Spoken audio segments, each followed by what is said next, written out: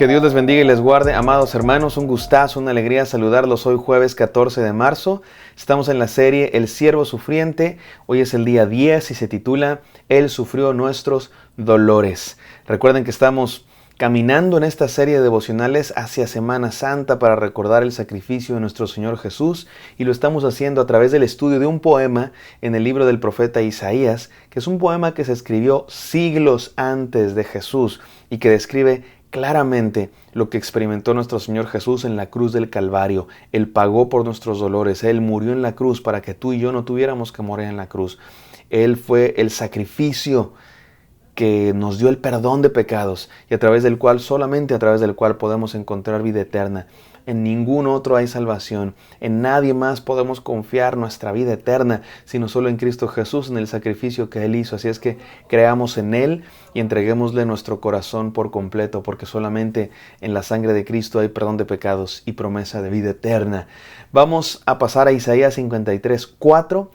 Vamos al siguiente versículo. Recuerden que estamos estudiando cada versículo 2 días para ir desmenuzando esta palabra de Dios muy profundamente, y el día de hoy reflexionaremos en esto. Él sufrió nuestros dolores, no sin antes orar.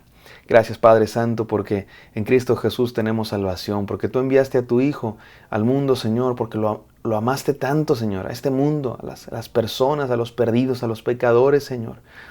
Y mostraste tu amor en que, siendo aún pecadores, Cristo murió por nosotros. Gracias por eso, amado Señor. Te pedimos que nos hables el día de hoy en el santo nombre de Cristo Jesús. Amén. Amados hermanos, vamos a Isaías 53:4, que dice así: Ciertamente llevó Él nuestras enfermedades y sufrió nuestros dolores, y nosotros le tuvimos por azotado, por herido de Dios y abatido. Él sufrió nuestros dolores, dice la palabra de Dios. Finalmente, mis hermanos, después de haber estado reflexionando desde el capítulo 52 en el siervo sufriente, se nos dice primero que va a ser victorioso, pero después se nos dice un poco sorprendentemente que su victoria va a venir a través del sufrimiento. ¿Cómo es eso? ¿Cómo es que va a sufrir? ¿Cómo es que va a padecer tanto? Finalmente se nos empieza a decir por qué, y no debemos perder esto de vista. El sufrimiento de Jesús no es otra cosa, sino por nosotros. Por nosotros. Él es inocente. Él no merecía ese sufrimiento. No es un castigo por sus pecados. El siervo sufriente está sufriendo por los pecados de otros. Él sufrió por los dolores de otros. Llevó sobre sus hombros, llevó en su propia piel, no lo que él merecía, sino lo que otros merecíamos. Y eso somos tú y yo, mi querido hermano.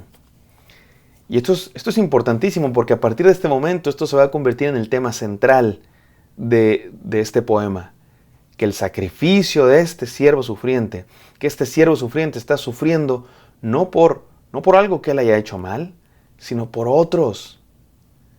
Esta es una idea grandísima, mis queridos hermanos, grandísima. Todos sabemos, ya lo he dicho en otros devocionales, pero todos sabemos que esta es la muestra de amor más grande. Es lo que más nos impacta, que alguien dé su vida por otros, que alguien sufra por otros. Eso es el verdadero amor. Eso es el verdadero amor. No el romanticismo del amor, perdón que lo diga así, pero del amor de adolescentes hormonales en el Titanic, ¿no? Esa película del Titanic. ¡Ay, la historia de amor más bonita! Se conocieron 2 días. ¿De qué? ¿Cuál es la historia de amor? Historia de amor, la de los que llevan 50 años casados. Se conocen a la perfección, se conocen sus defectos y se siguen amando y se siguen sacrificando el uno por el otro día con día. Eso sí es amor. No la de estos 2 niños hormonales que vivieron una aventura de verano ahí en el Titanic. No, mi querido hermano, el verdadero amor es que alguien da su vida por ti. Y eso es lo que hizo Cristo Jesús por nosotros. Y es importante que entendamos esto, y no voy a decir mucho más el día de hoy porque, número 1, porque me quiero concentrar en otra idea. Y número 2, porque todo el capítulo entero de Isaías 53 va a seguir hablando de esta idea. Así es que la vamos a ir desmenuzando poco a poco en los siguientes días. Pero por lo pronto vamos a la segunda idea de este versículo. Isaías 53:4 dice: Nosotros le tuvimos por azotado, por herido de Dios y abatido. Los intérpretes bíblicos estudian y han argumentado que lo que dice aquí este texto es que en un inicio se creía que este siervo sufriente había sufrido o iba a sufrir o estaba sufriendo por su propia culpa, que Dios lo estaba castigando, así como al pueblo de Dios. El pueblo de Dios experimentó el exilio por disciplina de Dios, por consecuencia de sus propios pecados. Y esta era una idea muy común en aquella época, que si alguien estaba sufriendo, era porque algún pecado había cometido. Y sabes que todavía tenemos un poco esa misma idea, ¿no? Así, no hagas eso porque Dios te va a castigar. No hagas aquello porque Dios te va a castigar. Te están pasando muchas cosas malas, algún pecado atorado has de tener por ahí. Algo mal has de haber hecho. La idea del karma, ¿no? Que si algo malo te está pasando es porque algo malo hiciste. Y miren, sí es cierto que de pronto nuestros actos tienen consecuencias. Y sí es cierto que de pronto si tú haces cosas malas, pues sí, esas malas decisiones de pronto van a tener consecuencias negativas sobre tu vida. Por supuesto que hay algo de eso. Pero en términos espirituales no funciona así. Y la Biblia nunca enseña que así funciona. El ejemplo más claro de eso es, hay dos ejemplos clarísimos. El primero es Job en el Antiguo Testamento. ¿Te acuerdas de Job? A Job le pasó todo lo malo que te puedas imaginar. Se quedó sin casa, se quedó sin propiedades, se quedó sin salud, se quedó le pasaron todo, se murieron sus hijos, perdió todo, absolutamente todo. Y la Biblia enseña muy claramente en ese libro maravilloso que no es porque Job fuera malo. La Biblia dice Job era justo. Y de hecho toda la historia de Job es una lucha con esta idea. ¿Qué me está pasando? ¿Por qué Dios está permitiendo esto? ¿Qué me está haciendo Dios? ¿Qué tiene Dios contra mí? No, mi querido hermano, no. Jesús también lo dijo. Jesús también lo dijo cuando sanó un ciego, ¿se acuerdan? No, este ciego no está ciego por sus pecados ni los pecados de sus padres. Este ciego está ciego para que la gloria de Dios sea manifestada. No, mis amados hermanos, el sufrimiento no siempre, repito, no siempre. Hay veces que sí, a veces que, hay ejemplos muy obvios, ¿no? Chocas y tú dices, Señor, ¿por qué me está pasando esto? Bueno, manejaste borracho, te pusiste hasta atrás y luego manejas y chocas, pues claro que es consecuencia de tu pecado. Pero en términos espirituales, no funciona así, no funciona así. El ejemplo más claro de ello, en el Antiguo Testamento ya dijimos es Job, y en el Nuevo Testamento el ejemplo más claro es obviamente Jesús. Jesús no sufrió en la cruz por sus propios pecados, Dios no lo estaba castigando por lo malo que él había hecho. Y aquí es donde vemos que hay una verdad terrenal. Sí, tus consecuencias, tus actos tienen consecuencias. La ley de la siembra y la cosecha, lo que siembras, eso cosecharás. Pero hay una ley más grande todavía, que es la ley de la gracia y el amor de Dios. Y este siervo sufriente, mis queridos hermanos, dice aquí, lo tuvimos por azotado y herido de Dios. Pensábamos que estaba sufriendo su propio castigo. Pensábamos que estaba sufriendo las consecuencias de sus pecados. Pero nos dimos cuenta de que no. Estaba sufriendo las consecuencias de nuestros pecados. El siervo sufriente, mis hermanos, no sufrió por su propio pecado, sufrió por el pecado de los demás. Jesús murió por nosotros. Incluso mientras nosotros le negábamos, nos identificamos con Pedro a veces. Algunos quizás se identifican incluso con Judas mientras le traicionaban.